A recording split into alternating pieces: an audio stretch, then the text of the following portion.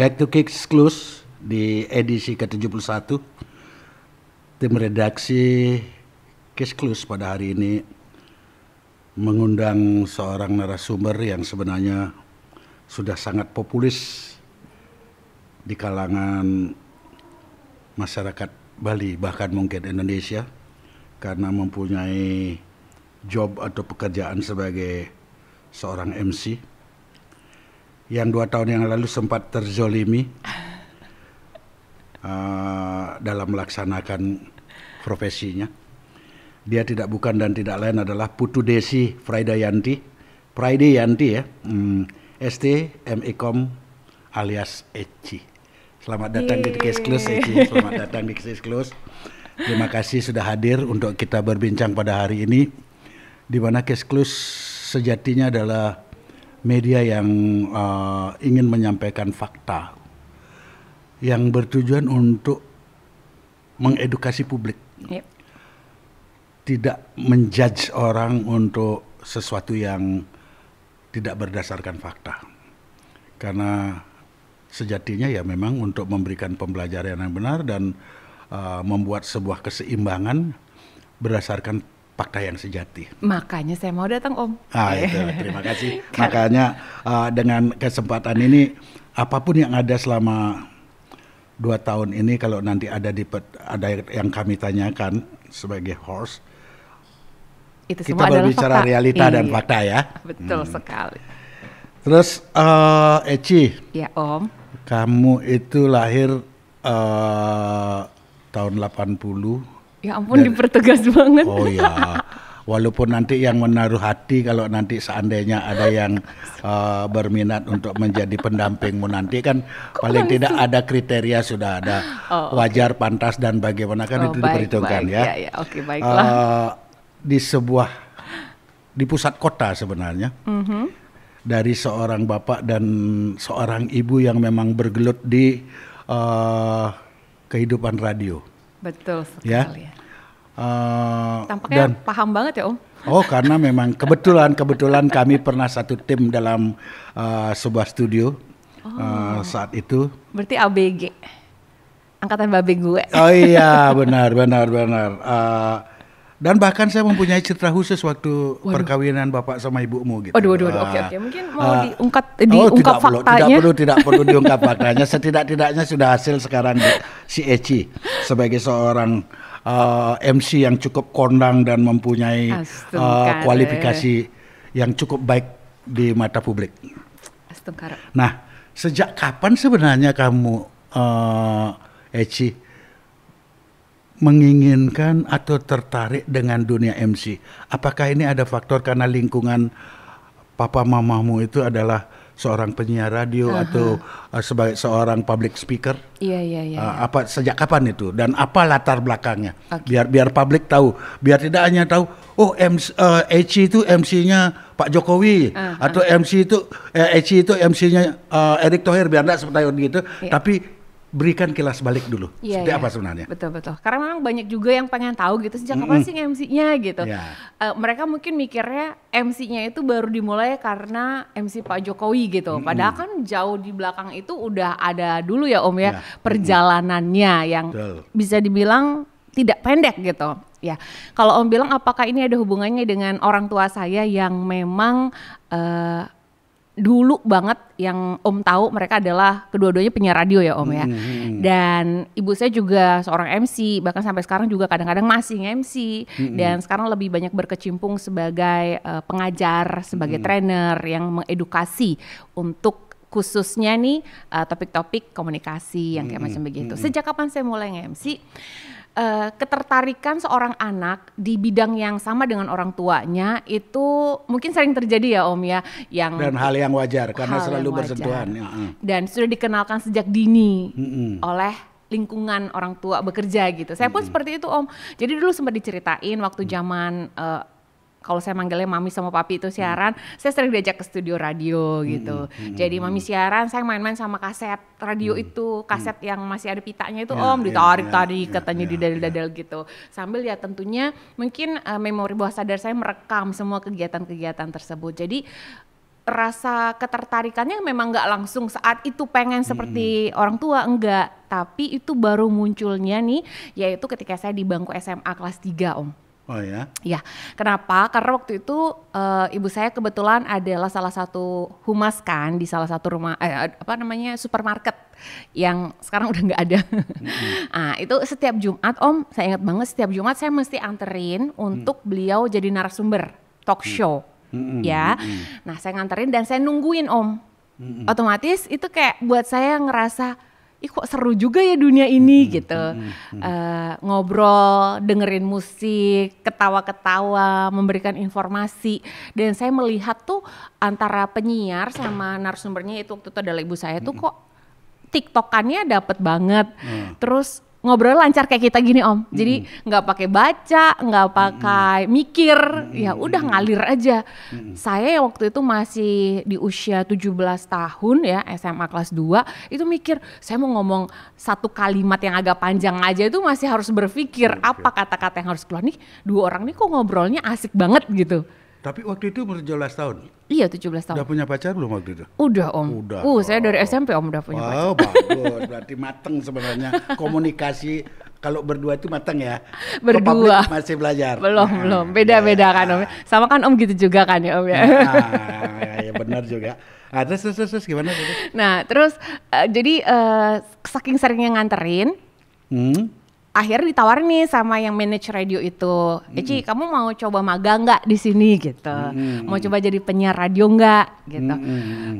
Saya langsung mikir kan, mana mungkin saya bisa ya, kan tadi saya bilang sama Om, ngomong satu kalimat panjang aja saya mesti berpikir 10 kali sebelum akhirnya bersuara. Tapi katanya nanti diajarin kok gitu. Nah mulailah Om magang di situ dari kelas 2 SMA, mulai operasionalkan untuk alatnya dulu ya, musiknya tuh kayak nge-DJ gitu Om, pakai mixer, Tascam, waktu itu belum ada komputer, belum yang tinggal klik-klik kayak sekarang enggak. Apa masih waktu itu masih pakai sistem operator? Operatornya enggak, sudah mandiri. Kita mandiri. Nyiapin kaset-kaset selama 1-2 jam siaran sendiri. Jadi otomatis kita sudah datang lebih awal. Siapin tuh di library yang khusus kaset. Kasetnya kadang diputer-puter dulu biar pas gitu loh Om. Ya kan di start, di return to zero. Bukan sistem digital soalnya. Belum. Kalau digital kan lebih gampang ya. Lebih gampang. Jadi mulai dari situ ketertarikan di dunia radio, kemudian ke televisi, terus MC, dan sekarang juga jadi dosen gitu Om. Nah, tadi kan magang. Itu kan berarti tahap awal. Ya betul. Eci 17 tahun dengan Eci sekarang jelas berbeda karena itu faktor experience. Yep. Apa gangguan yang pertama yang Eci rasakan di saat memulai pertama belajar itu? Tadi kan ada bahasa, mampu nggak saya mengucapkan sebuah kalimat yang mungkin tidak terprogram dalam pikiranmu, tapi insidental itu akan keluar. Nah, apa kendalamu di sana? Karena saya tahu, saya pernah juga mengalami hal yang sama sekitar tahun 82 ya, awal-awal ya saya sih udah kuliah, ikut gabung dengan penyiar, kagok seperti itu. Nah, saya ingin membandingkan, apakah psikologi saya saat itu dengan saat kamu memulai itu sama nggak? Apa sih yang paling yang dibalang sebentar? Apakah seperti itu waktu pertama sekali? Ya, jadi otomatis pasti kemudian kita berpikir dan agak stres juga ya mau ngomong apa gitu. Pertama kali pasti disuruh kasih siaran yang bukan jam prime time pastinya, terus dikasih yang durasi singkat dulu kayak 1 jam. 1 jam itu kayak udah lama banget ya Om. Lama banget bagi pemula, lama banget itu. Padahal sejujurnya itu paling-paling 10 lagu. Iya, 10 lagu. Dan kita juga ngomongnya paling 3-4 kali kan Om, nggak banyak-banyak karena diselingin 2-3 lagu baru ngomong, 2-3 lagu baru ngomong gitu. Kalau udah ada iklan lagi kan. Iya betul. Nah jadi memang tantangan yang paling utama adalah waktu itu karena magang itu kan pasti alat dulu Om. Alat kita sudah mahir, sudah bisa tahu pencet-pencetnya mana, terus setelan mikrofon itu kita juga setel sendiri Om. Karena setiap penyiar kan beda ya untuk setelan mixernya itu. Jadi kita harus hafal itu dan suara kita terdengar enak gitu ya. Benar. Nah terus abis itu ya mikirnya adalah ngomongnya, mau ngomong Ya, apa nih? materi bahasa ucapan ya, betul. Itulah beruntungnya saya punya seorang ibu yang memang penyiar radio ya Om, gitu. Karena ya saya diajarin sama beliau untuk menyusun kata-kata tersebut. Ya. Nah, jadi seperti saya bilang sama Om tadi kan sejam siaran tuh kita siapin 4 kali omong lah ya Om ya, 4 kali bahan untuk on airnya. Ya udah dari yang opening nyebut station call radio, terus nyebutin panggilan untuk pendengar gitu, terus menyapanya seperti apa, itu semua ditulis Om, detail. Oh ya. Halo selamat pagi para profesional muda, apa kabar, senang sekali pagi hari ini saya Eci. Itu semuanya detail ditulis titik koma Om. Dan biasanya panjang umur catatan ini selama bekerja. Panjang dia akan diingat ini. Iya. Ya, kan, Saya punya satu buku khusus untuk itu. Kadang-kadang secara tidak sadar di acara yang berbeda pun Kita akan pakai mulai lagi. dengan itu kan. Iya. Jadi Hampir sama ya Om ya. Jadi kita kayak ada kamus sendiri ya. Kita tulis misalnya sekarang hari Senin nih, kita siarannya jam sekian dan nama acaranya apa, programnya. Terus ada tuh apa aja yang kita omongin. Nah, jadi itu semua saya catat. Nah, ketika siaran tinggal dibaca aja itu ya kan. Tinggal dibaca tapi dengan Improve dong, pasti improve dong. ada tambahan dikit-dikit. Ya. Dan intonasinya jangan seperti orang baca, Ya, pasti kayak gitu. betul, Tapi kayak orang ngobrol aja. Betul. Terus begitu Om, seminggu dapat jadwal berapa kali, tulis terus, masih nulis terus. Dan masih ketika siaran itu ngebaca terus. Masih itu Om, agak lama. Dan setelah itu nggak diajarin atau didikte lagi sama ibu saya, tapi lebih ke coba improve sendiri kata-katanya. Kalau misalnya sebulan pertama tuh masih setiap kali mau siaran, duduk dulu bareng Mami ngomongnya apa, nyatet gitu kan Om. Nah setelah itu bulan berikutnya udah mulai coba deh catatan yang kemarin, coba yang ini di mix sama yang ini digabung sama ini, combine ya. Jadi mulai bisa bikin skrip sendiri, gitu terus sampai akhirnya udah nggak pakai skrip, nggak perlu pakai skrip. Sudah nyantol. Just go on gitu ya. Iya, kayak udah langsung nempel gitu kan Om. Tinggal ngomong. Oh jadi akhirnya nemuin itu kunci atau jawaban dari pertanyaan saya yang dulu awal ngeliat, kok ini orang ngomongnya lancar banget ya gitu. Ternyata kuncinya apa Om? Yaitu mereka membaca dulu, mengingat, bersuara, terus seperti itu, dan akhirnya mereka nggak perlu lagi membaca, tapi tinggal mengeluarkan memori yang ada di kepala otak mereka dan bersuara gitu. Ternyata kuncinya. Apapun pelajaran atau profesi itu saya rasa hampir sama semua. Seorang videografer kayak Erik pun dia akan belajar dengan cara yang sama juga. Erik yang terkenal setelah itu rutinitas itu dia akan mampu berimprovisasi dan mengembangkan dirinya untuk menjadi lebih baik dibandingkan orang lain. Iya betul. Dan itu suatu hal yang wajar. Setiap profesi memang seharusnya seperti itu. Jam terbang ya Om?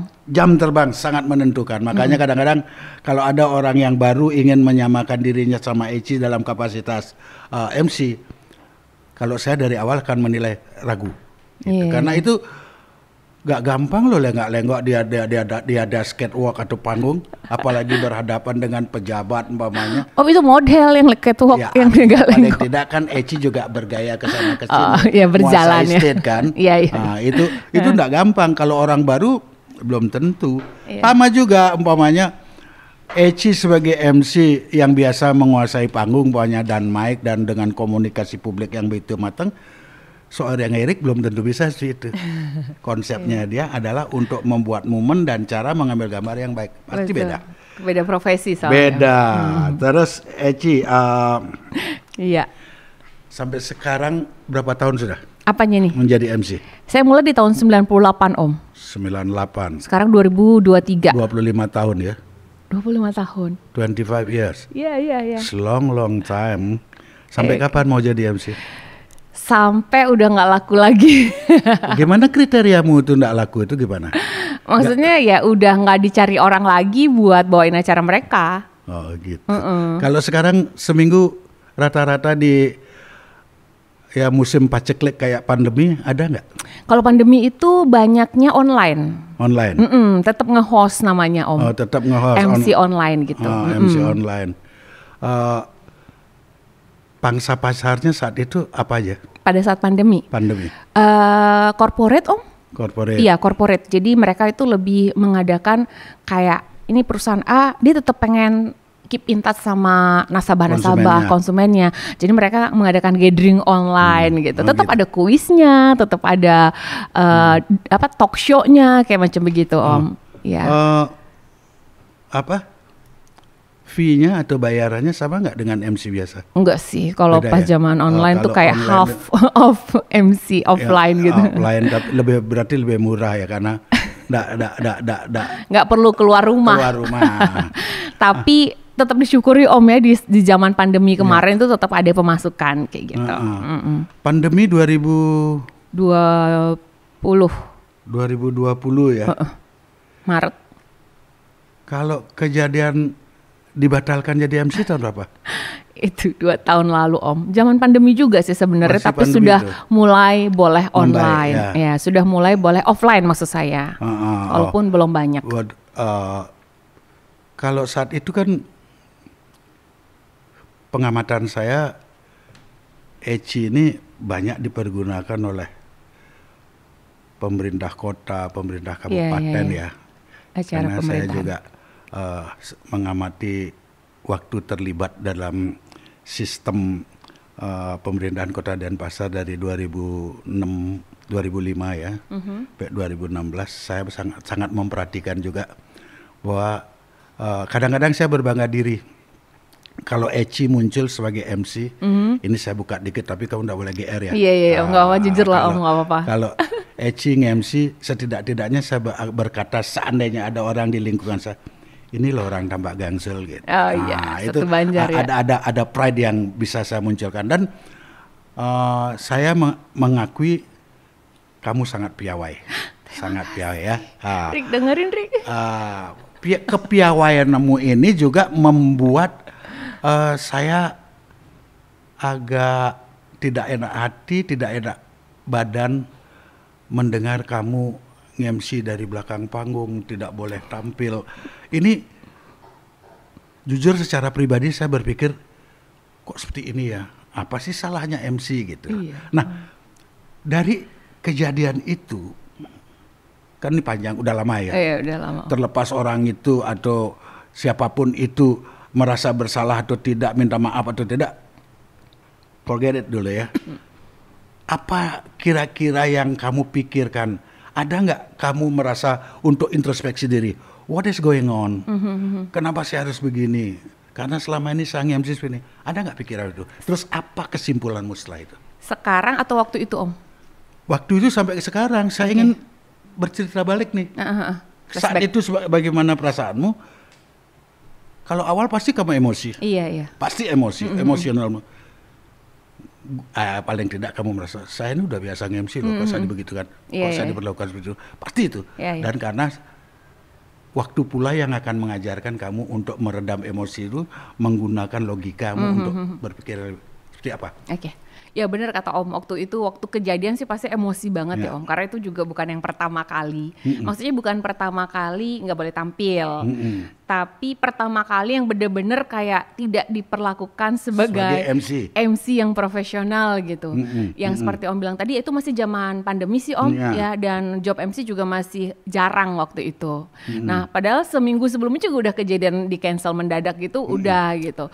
Jadi pada saat hari H pun itu tuh sebenarnya saya sudah kayak sampai 3 kali nanya, bener nih saya boleh nge-MC, bener nih saya boleh nge-MC. Kenapa harus ada pertanyaan bener nih saya karena boleh pada nge-MC? saat di booking Berarti pertama sebelumnya itu ada bad experience dong? Ya itu yang tadi saya cerita, karena ini bukan yang pertama kali kan, nggak boleh muncul, sudah berkali-kali sejak menjabat beliau itu gitu. Nah saya tuh udah bertanya kenapa nggak boleh ya, sampai hari ini pun masih bertanya-tanya gitu ya, kenapa nggak boleh. Berarti kamu belum menemukan jawaban terhadap penyebab kenapa tidak boleh ini? Iya, karena saya nggak ada ngerasa salah sama pihak-pihak tertentu gitu loh. Iya. Saya nggak ada melakukan apa-apa gitu. Berarti belum dapat jawabannya. Belum. Tidakkah kamu mempunyai ide atau cita-cita mempertanyakan kepada Balian pamannya atau paranormal, apa sih sebenarnya ini? Tidak ada keinginan begitu. Sebagai orang Bali atau lahir di Bali, kan kadang-kadang keseimbangan skala dan skala ini ada ya. Nggak ada kepinginan gitu. Atau tanya di lingkungan tertentu? Nggak, saya waktu kejadian itu kan akhirnya viral ya Om ya. Nah itu akhirnya tanpa ditanya pun kenapa saya diperlakukan seperti tahanan kayak waktu itu ya. Kamu menganggap itu tahanan. Waduh ini. Iya, abis coba Om bayangin. Ya benar sih, secara psikologi lah ya. Masalahnya kenapa saya bilang tahanan? Karena di depan pintu ruangan yang saya nggak boleh keluar itu ada yang jagain. Oh, Dan berarti itu- ada satpam.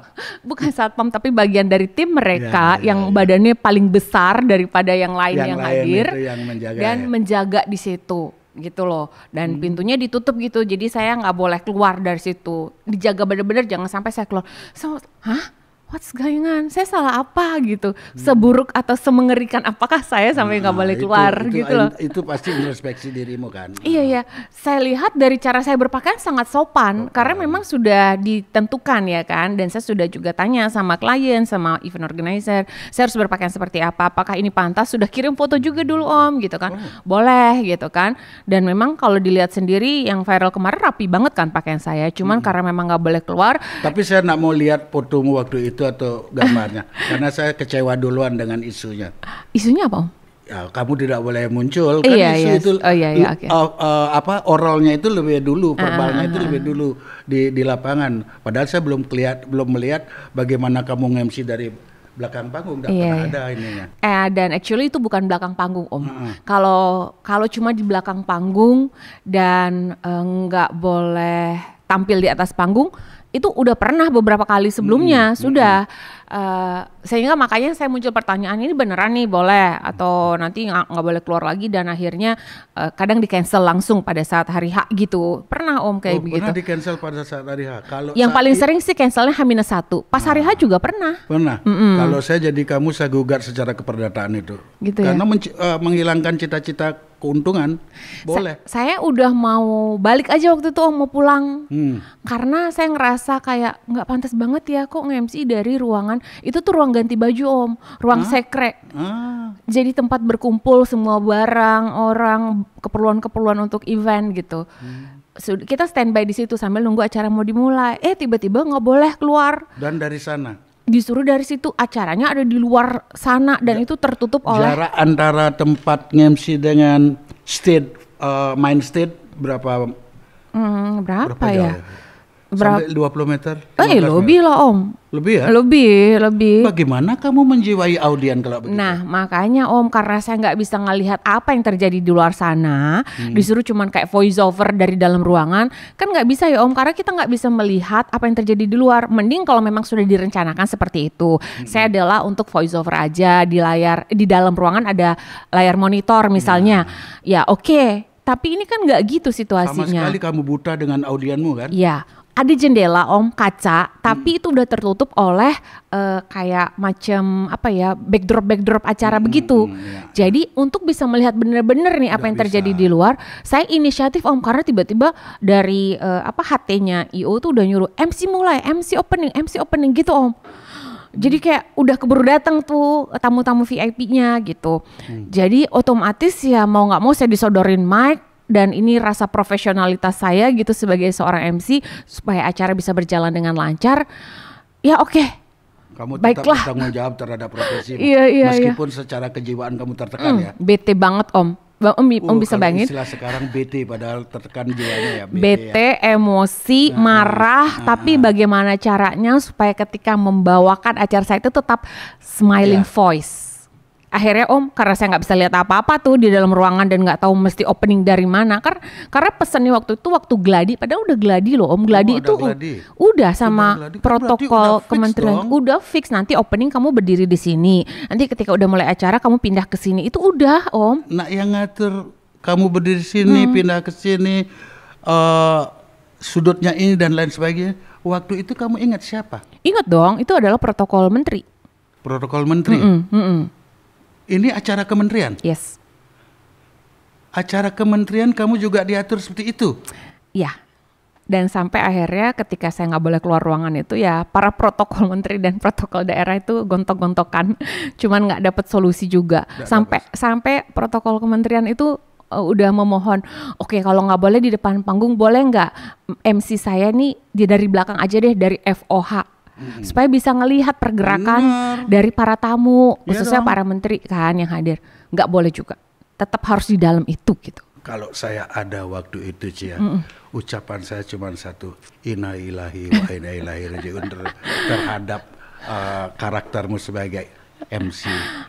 Luar biasa. Nah, Ini akhirnya karena nggak bisa Om dan saya mau tetap bantu, dan itu karena saya mau pulang kan ngambek ya Om, kesel Iya, diperlakukan gitu. pasti. Protokol menteri tuh minta tolong Mbak Eci, minta tolong sekali Mbak Eci, tolong bantu kami, jangan pergi, tolong tetap ya jadi MC gitu. Minta tolong Mbak Eci gitu. Karena kalau nggak nanti acara kami jadi berantakan. Terus apa kata orang acara seorang menteri Kementerian apa begini. ini waktu itu? Nggak usah disebut ya Om. Saya. Ya, jadi tapi mereka baik dan sopan banget minta tolongnya, sampai saya akhirnya nggak enak hati. Ini kan untuk menjaga reputasi dari menteri mereka juga ya Om gitu.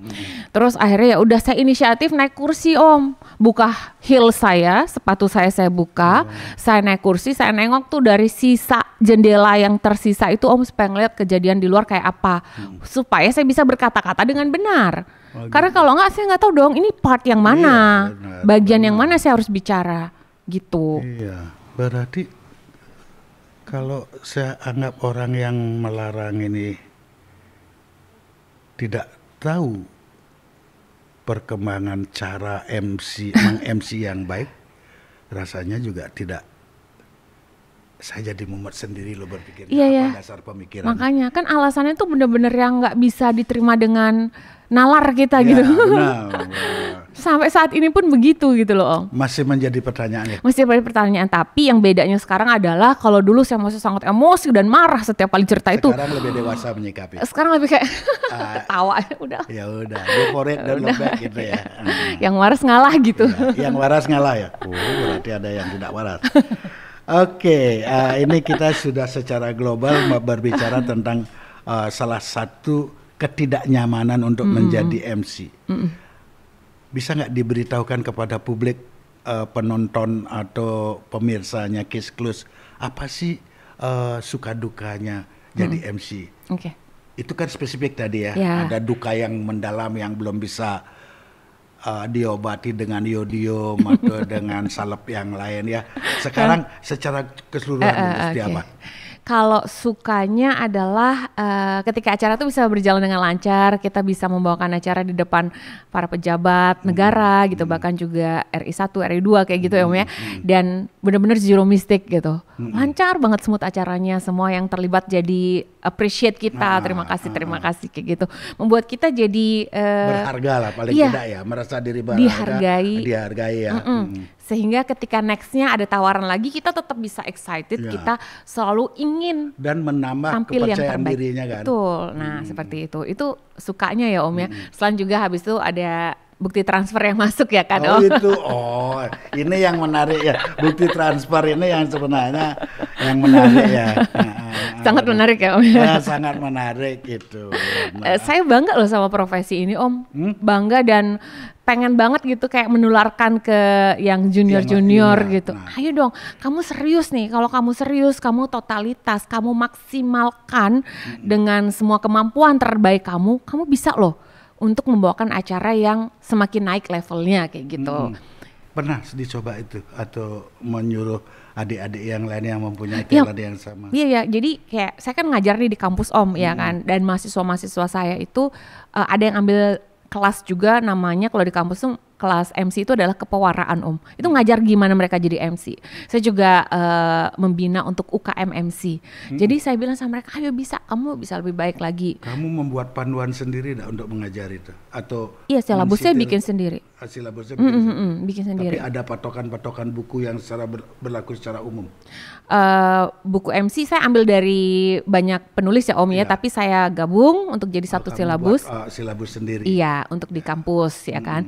Tapi kalau untuk kelas training, kelas private itu saya ajar sesuai dengan pengalaman saya sih. Oke. Lebih kepada pengalaman saya dan apa yang mereka butuhkan kayak gitu. Ada nggak hasil yang sudah diperoleh dalam mendidik atau menularkan ilmu ini kepada mahasiswamu atau siapapun yang dekat? Ada nggak sudah hasilnya? Oh iya, banyak sih muncul lahir MC-MC baru gitu Om di kampus. Jadi yang dulunya kalau ada sedikit acara harus saya. Sekarang udah banyak mahasiswa yang bisa melakukan itu. Yang tidak berbayar diringankan lah ya. Dihibahkan ya, didelegasikan. Ya, kayak gitu Om. Banyak sih Om sudah lahir MC-MC baru gitu sekarang. Terus yang yang menyedihkan di dalam proses mengajar di luar yang tadi apa yang ini? Paling adalah kayak yang pulangnya harus malam gitu karena acara molor misalnya, atau menunggu saat untuk dimulai terlalu lama. Sementara kita dealnya itu misalnya untuk 2-3 jam, tapi ternyata akhirnya di lapangan jatuhnya bisa jadi 6 jam. Tapi ya itu bagian dari. Ada uang tambahan nggak kalau gitu? Itu delay itu ada nggak? Harusnya ada sih overtime ya Om ya. Cuman kadang sayanya nggak tegaan gitu untuk minta tambah gitu loh. Jadi berarti, ya udah dijalani aja. Begitu menjiwai bahagia dan senang. Memang profesi itu harus kita cintai untuk bisa kita menikmati pekerjaan itu. Harus sebenarnya itu. Sehingga kita juga bisa excited, kita bisa improve, kita bisa menambah ilmu kita sendiri secara langsung saat tampil ya. Itu memang cara yang sangat baik ya. Oh, sama ada satu lagi Om cerita nih. Kadang kan orang ngelihatnya kalau MC acara kenegaraan nih, terutama yang ada RI1 gitu Om. Itu kan singkat banget memang acaranya. Maksimal tuh paling 30 menit ya Om. 15-30 menit durasinya.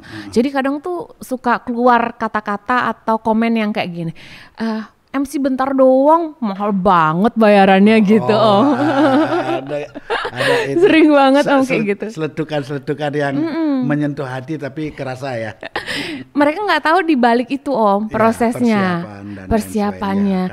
Kalau acara jam 12 tuh mereka pikir kita bisa standby jam 11 gitu. Enggak Om, dari jam 7 pagi udah di lokasi kayak gitu kan. Belum kemarinannya gladi, belum dari lokasi kita tinggal stay gitu ke lokasi acara itu kan kadang di pelosok-pelosok Om, yang kadang nggak bisa ditempuh dengan pesawat gitu.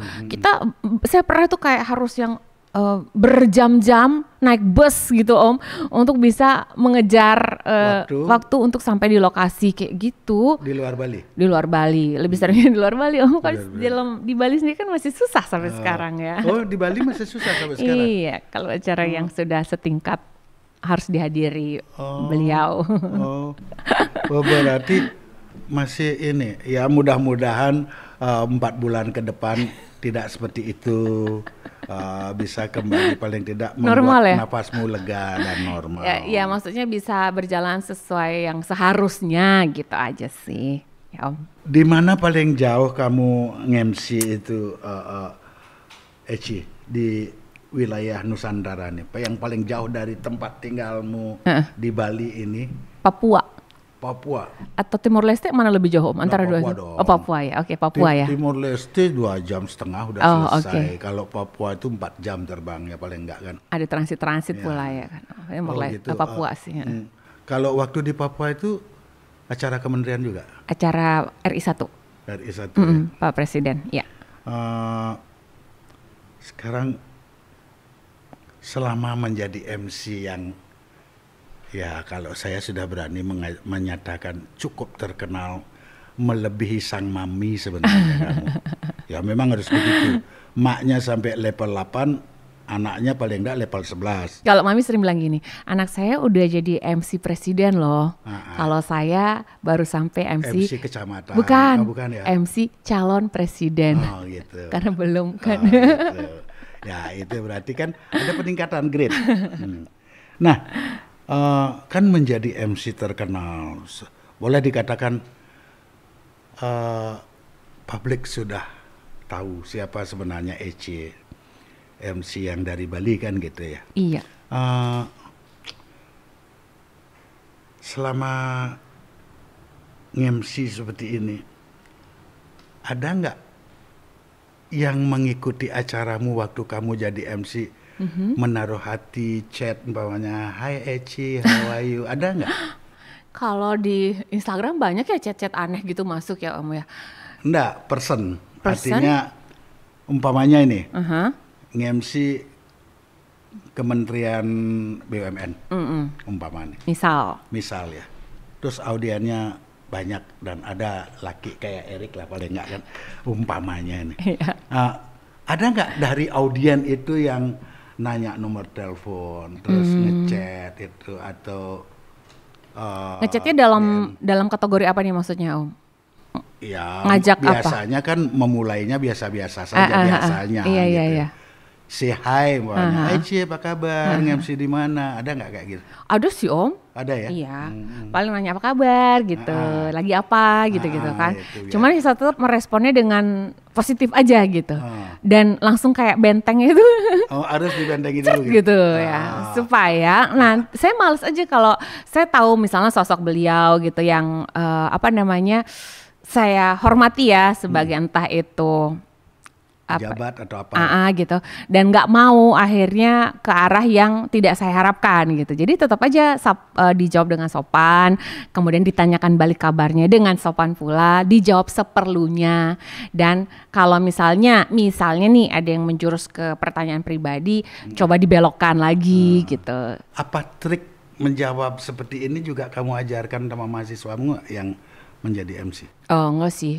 Enggak ya? Karena itu kan lebih personal ya sifatnya. Oh, tidak apa-apa. Itu kan bagian dari ini proses seorang MC. Sebenarnya pendidikan juga itu. Iya sih, maksud saya gini, karena kan kalau levelnya masih yang baru pemula, jarang mungkin ya akan dapat chat seperti itu gitu. Ya.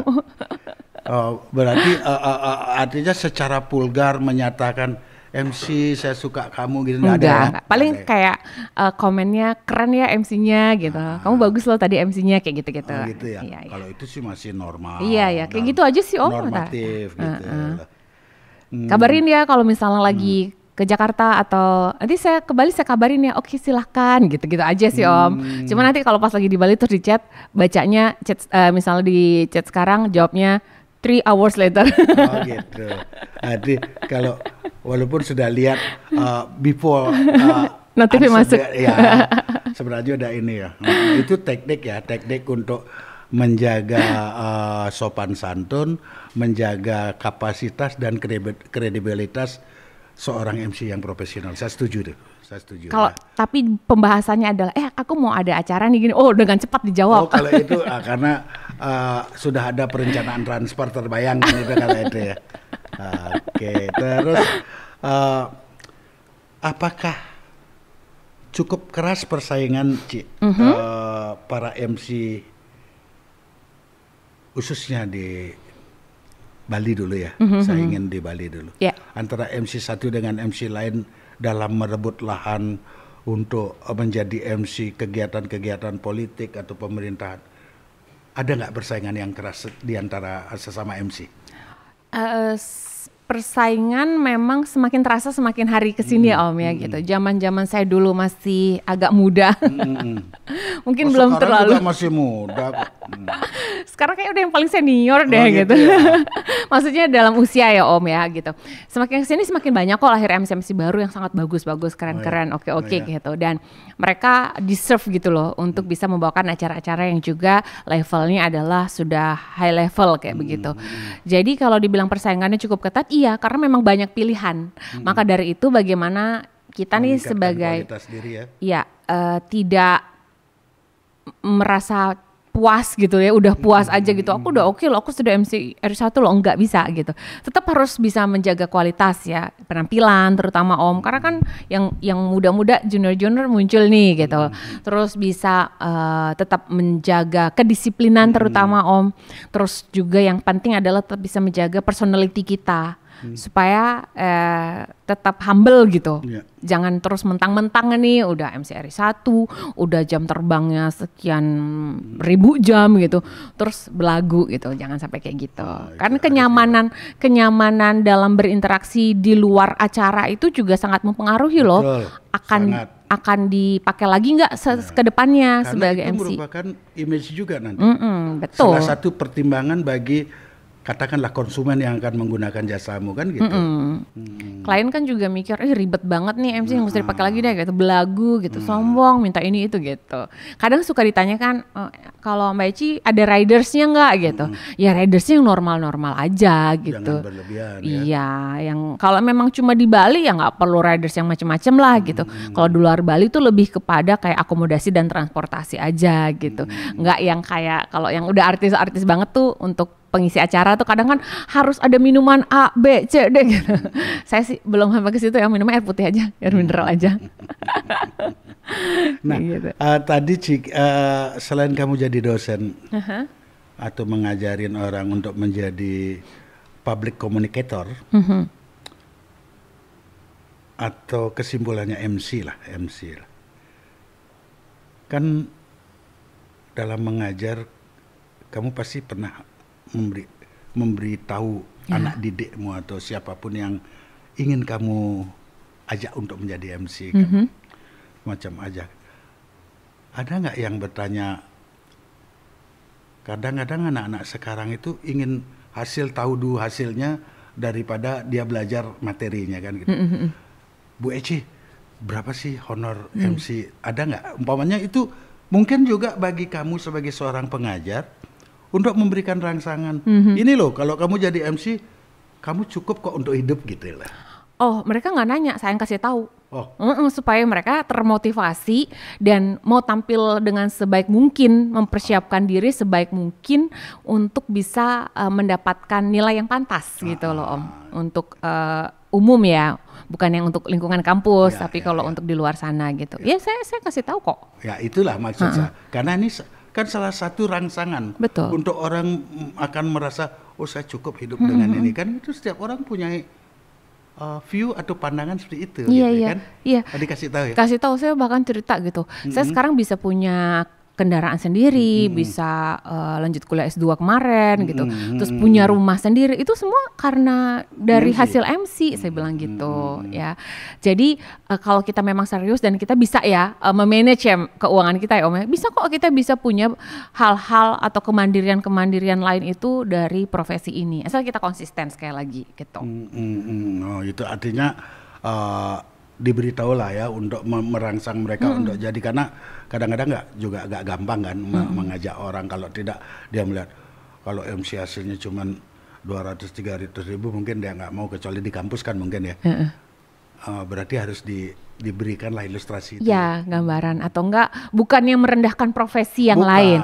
Bukan merendahkan profesi yang lain. Misalnya saya selalu bilang, saya di kampus ini saya ngajar ini bukan untuk cari duit.